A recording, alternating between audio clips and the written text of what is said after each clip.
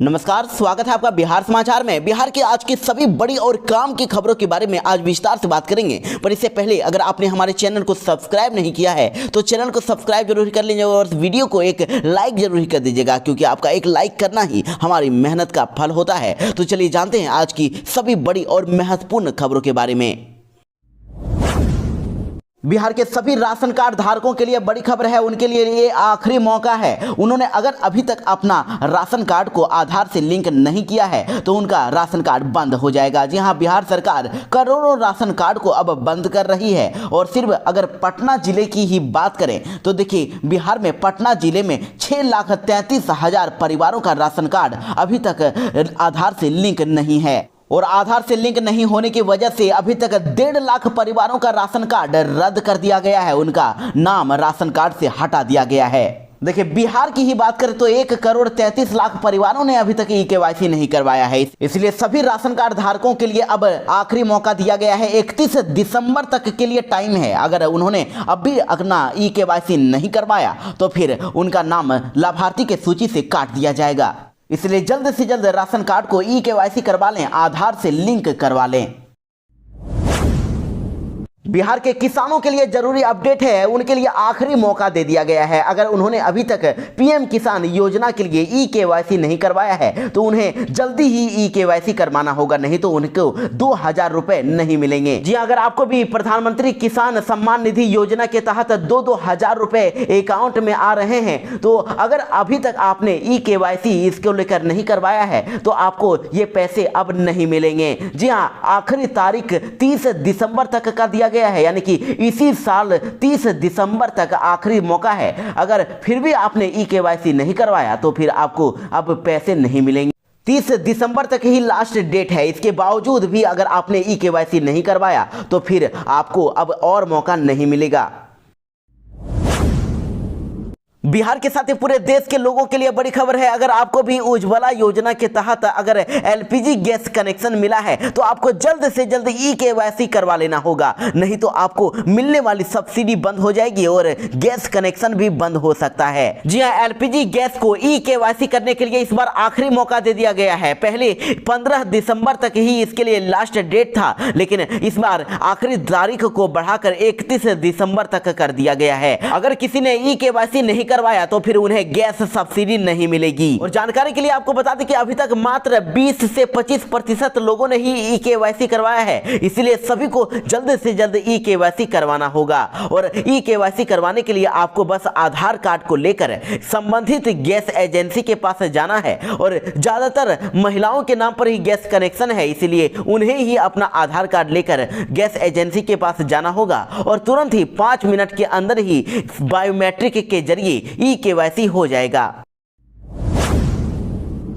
बिहार में अब अवैध बालू खनन पर रोक लगने वाली है। जी हां, अब नए साल में अब खनन पुलिस का गठन किया जाएगा और इसके लिए आवेदन स्टार्ट हो गया है। जी हां, सरकार ने बालू के अवैध कारोबारियों पर लगाम लगाने के लिए अब खनन पुलिस का गठन करने का ऐलान कर दिया है। इसको लेकर तो पिछले साल ही इसकी कवायद शुरू हो गई थी, लेकिन अपरिहार्य कारणों के कारण खनन पुलिस बल का गठन नहीं हो पाया था। लेकिन अब एक बार फिर से बिहार माइनिंग कॉरपोरेशन ने खनन पुलिस बल के लिए इच्छुक उम्मीदवारों से आवेदन आमंत्रित किए हैं और खनन पुलिस का अब बहाली किया जाएगा। लेकिन इसके लिए 30 जनवरी तक अभ्यर्थियों से आवेदन मांगा गया है। और खनन पुलिस पद के लिए नियोजन पहली बार में 6 महीने के लिए ही होगा और यदि अगर सरकार को इसमें फायदा होता है तो ही इसके लिए अवधि बढ़ाई जा सकेगी। तो इसमें अगर एज लिमिट की बात करें तो देखिए, बिहार माइनिंग कॉरपोरेशन के अनुसार संविदा नियोजन के लिए एज लिमिट 65 वर्ष अधिकतम निर्धारित की गई है। तो खनन पुलिस का काम क्या होगा? देखिए, उनका मूल कार्य यह होगा कि अवैध बालू कारोबारियों के खिलाफ छापा मारना है और उन पर कानूनी कार्रवाई सुनिश्चित करना होगा। वैसे आपको यह भी बता दें कि बिहार सरकार ने इससे पहले यह ऐलान कर दिया है कि बालू तस्करों की सूचना देने पर लोगों को 3 लाख रुपए का कैश इनाम मिलेगा। बिहार सरकार ने खुद इसका प्लान बना लिया है। बिहार के शिक्षा विभाग की ओर से फिर से बिहार के स्कूलों के लिए चेतावनी जारी की गई है और कह दिया गया है कि अगर स्कूल में 50% से कम अगर स्टूडेंट्स की अगर संख्या हुई तो फिर हेडमास्टर पर कार्रवाई की जाएगी। देखिए, बिहार के विद्यालयों में शिक्षा व्यवस्था को सुधारने के लिए और बच्चों की उपस्थिति बढ़ाने के लिए शिक्षा विभाग लगातार प्रयास कर रहा है और इसी को लेकर शिक्षा विभाग के द्वारा विद्यालयों में बच्चों की उपस्थिति बढ़ाने के लिए सभी हेडमास्टर को भी अब जिम्मेदारी दे दी गई है। लेकिन अब भी कई ऐसे विद्यालय हैं जहां बच्चों की उपस्थिति 50% से कम कर रही है। ऐसे में अब ऐसे विद्यालयों पर HM पर यानी कि हेडमास्टर पर कार्रवाई की जाएगी। बिहार के स्कूलों में छुट्टियों में कटौती कर दी गई है, कई छुट्टियां रद्द कर दी गई है। और इसके बाद देखिए अब कॉलेज और यूनिवर्सिटी के लिए भी ऐसा ही किया गया है। अब कॉलेज और यूनिवर्सिटी में 2024 से महापुरुषों की जयंती पर छुट्टी नहीं दी गई है। जी हां, बिहार में अब नए साल यानी 2024 से अब बिहार के जितने भी कॉलेज और यूनिवर्सिटी हैं उनमें पूर्व मुख्यमंत्री कर्पूरी ठाकुर, बिहार के पूर्व मुख्यमंत्री श्री कृष्ण सिंह, पहले उप मुख्यमंत्री अनुग्रह नारायण सिंह और देश के प्रथम राष्ट्रपति डॉक्टर राजेंद्र प्रसाद की जयंती पर मिलने वाली छुट्टियां रद्द कर दी गई है। यानी इन महापुरुषों की जयंती पर भी अब राज्य के सभी कॉलेज और यूनिवर्सिटी खुले रहेंगे। आपको बता दें कि राज्यपाल राजेंद्र विश्वनाथ आर्लेकर की स्वीकृति के बाद अब छुट्टी का कैलेंडर राज्यपाल सचिवालय ने जारी कर दिया है और इनमें चारों महापुरुषों की जयंती पर छुट्टी नहीं दी गई है। देखिए बड़ी खबर आ रही है, जदयू पार्टी अब बिहार ही नहीं बल्कि बिहार के बाहर भी अब निशाना लगाएगी। 21 जनवरी को झारखंड में जनसभा होगी और जदयू पार्टी बनारस रैली की नई तारीख भी तय करने वाली है। जी हां, लोकसभा चुनाव को लेकर ही सभी पार्टियां अब तैयारी कर रही है और 4 से 5 महीने ही इसको लेकर बचे हुए हैं। तो चुनाव को लेकर देश समेत राज्यों को भी राजनीतिक पार्टी अब अपनी चुनावी कार्यक्रम को रफ्तार देने में जुट गई है। और इसी में अब देखिए बिहार की सत्तारूढ़ पार्टी जदयू यानी कि जनता दल यूनाइटेड झारखंड में रैली करने का तारीख और जगह तय कर दिया है। लोकसभा चुनाव 2024 के मद्देनजर बिहार के मुख्यमंत्री नीतीश कुमार की झारखंड के रामगढ़ में अपने तय समय पर यानी कि 21 जनवरी को जनसभा होगी। और वहीं बिहार सरकार के भवन निर्माण मंत्री अशोक चौधरी ने कहा है कि बनारस की रैली स्थगित कर दी गई है। वहां की प्रशासन ने अनुमति नहीं दी, अनुमति देने पर आनाकानी कर रहा था, इसलिए रैली को स्थगित कर दिया गया है और कार्यक्रम रद्द नहीं हुआ है। इसकी अगली तिथि बहुत ही जल्द घोषित की जाएगी।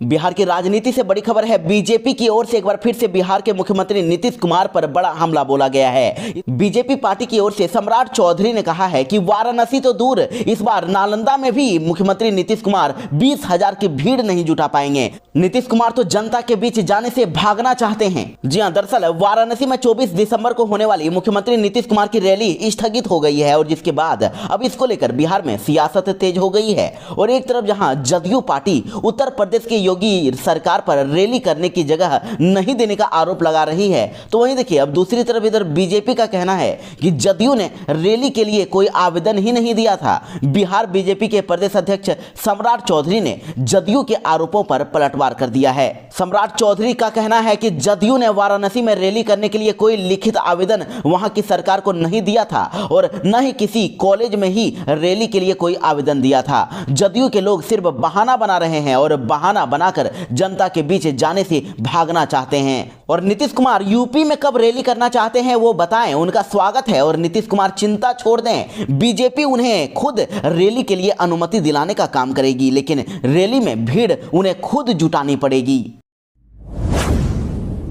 बेरोजगारों के लिए एक और बड़ा मौका है। सरकारी नौकरी करना चाहते हैं तो इग्नू ने अब स्टेनोग्राफर के साथ 102 पदों पर भर्तियों को निकाल दिया है और इसमें भी सैलरी 80,000 से भी ज्यादा है। मात्र 12वीं पास भी इसमें अप्लाई कर सकते हैं। जी हाँ, देखिए इग्नू ने अब जूनियर असिस्टेंट कम टाइपिस्ट और स्टेनोग्राफर पदों के लिए भर्तियां निकाली है। टोटल 102 पोस्ट के लिए भर्तियां निकाली गई है और जिसमें से जूनियर असिस्टेंट सह टाइपिस्ट के लिए 50 पद, स्टेनोग्राफर के लिए 52 पद और कुल पदों की संख्या ऐसे मिलाकर 102 पद हो जाती है। और अगर इसमें आप अप्लाई करना चाहते हैं तो मात्र 21 दिसंबर 2023 तक ही इसका लास्ट डेट रखा गया है और इसके लिए आपको इग्नू की ऑफिशियल वेबसाइट exams.nta.ac.in पर जाकर आवेदन करना होगा। वहीं अगर एजुकेशन क्वालिफिकेशन की बात करें तो उम्मीदवारों को कम से कम 12वीं पास होना होगा, इंटर पास होना जरूरी है और टाइपिंग की स्पीड भी अच्छी होनी चाहिए। इसके लिए एज लिमिट 18 से 27 वर्ष